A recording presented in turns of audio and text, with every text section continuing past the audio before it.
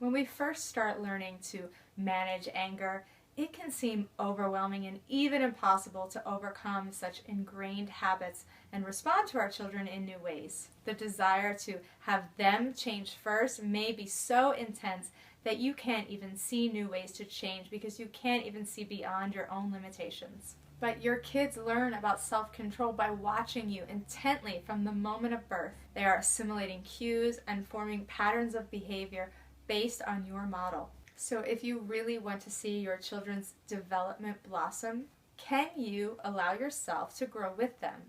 Because let's face it, most of us did not get this experience growing up. We aren't comfortable with our children's explosive emotions because we're not used to sitting with discomfort. I grew up in a home where unregulated emotions and behaviors were typical for the adults, but completely unacceptable for the children. The messages that I received as a child were that I was the cause of my parents' displeasure. Consequently, I learned to adapt my behavior to their moods by being hypervigilant and hyper-focused on not upsetting anyone. Rather than being focused on how to manage myself and interact in healthy ways, I learned to be vigilant, watching for the slightest change in vocal tone, facial twitches, sighs. How did they look when they hung up the phone or walked in the door? My perception of safety was skewed, and therefore any slight change, even if it was non-threatening, could activate my stress response to prepare for an attack. One of the toughest challenges that parents come to me with is anger, reacting in that state of being overwhelmed, overstimulated, and about to burst. This leads you to fall back on shaming, blaming, punitive guilt, not because you believe in your heart that it's going to work, but because you have no other tools to manage the internal based on how you are perceiving the external.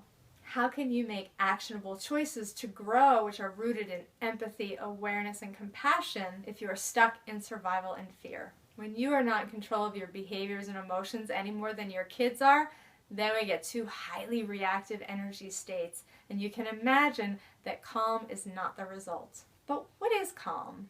Many of us view calm as something that happens or is caused by the external rather than the internal. But it isn't. We always have a choice on how to respond, how we feel, and how we see things. There is always an alternate perspective. But it is a choice. There is no magic fairy dust that is going to magically make you more compassionate and aware. This is a muscle that must be built with consistent practice. I think that we have to take it slow and look at the different levels of emotional management and make small incremental changes that build upon each other over the long haul. In thinking about the tools that we have for managing anger, let's look at it in two distinct levels. We have our first level, which is our first aid emergency responses. Those sensory and self-awareness tools that we can use to calm ourselves and to adapt and modify our behaviors or our situation or our perspective. And then we have our second level, our daily practice and our plans for change. Those practices that we put in place to create long-term change and put supportive resources in place. Both of these levels start with making choices. Making the choice to be emotionally responsive and manage your anger before interacting with your children may not be the choice that feels easy or even peaceful. It may feel frightening or impossible, but our choices are what either continue to interrupt our peace or serve our inner calm. Calm is a state of peaceful inner knowing. What you see may be upsetting, but the calm comes from knowing that the storms come and go, that life ebbs and flows. We have become conditioned to push back against things that make us feel our emotions. It's like if we feel anything other than pleasant, we try to make it go away as fast as possible. And we usually do that by trying to control the external. So my first tip is focus on the internal, not the external. The trick to feeling capable and managing your anger comes when you get really good at changing the internal. This is where we are presented with our first set of choices. To focus on the internal, you have to be willing to stop and breathe. Visualize your surroundings. Notice as many things with your senses as you can. Take a break and make yourself acutely aware of your surroundings. This is a level 1 response, a sensory tool. Another level 1 response is to put in place a pattern interrupt. This is a word, a phrase, an action that interrupts the habit of reacting with anger. It's helpful if you can buddy up with a partner or a friend, someone that will be in charge of giving you the signal that you're going off the deep end before you get there. This is going to enable you to stay conscious enough so that you can make a different choice. The pattern interrupt is your cue to take care of yourself. If you have no one to buddy up with, choose a calming word or phrase and then hang it in your surroundings, on your car dashboard, on your refrigerator, in the bedroom, any place that you can see it so that you can remind yourself to stop and slow down and then slowly breathe as you repeat that word or phrase over and over silently to prevent distracting thoughts from entering.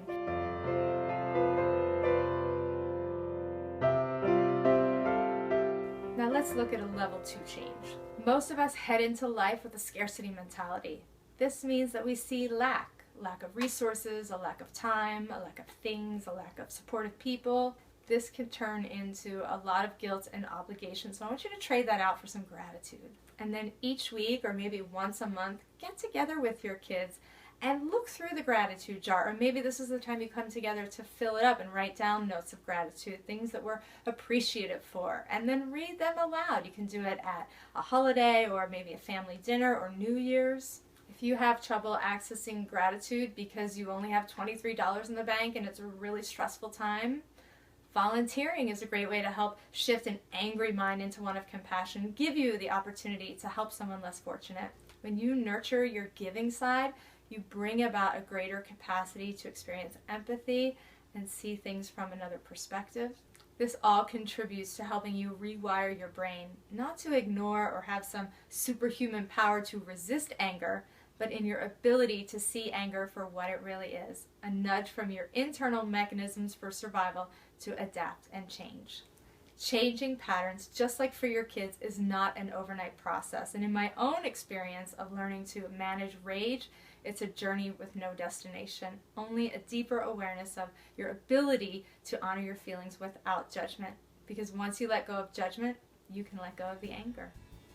That was my teachable moment for you. I hope that you found some new tips that will help you learn to manage your anger and control your impulses so that you can be that model for your children. And I would love to hear, what are you struggling with anger? What really sets you off? What do you get triggered by?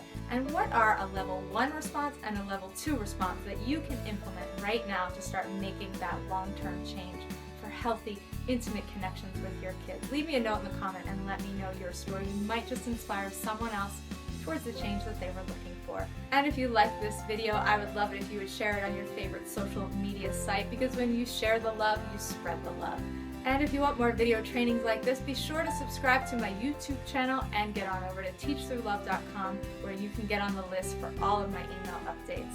Thank you so much for watching. Until next time, please remember, it's about consciousness, not perfection.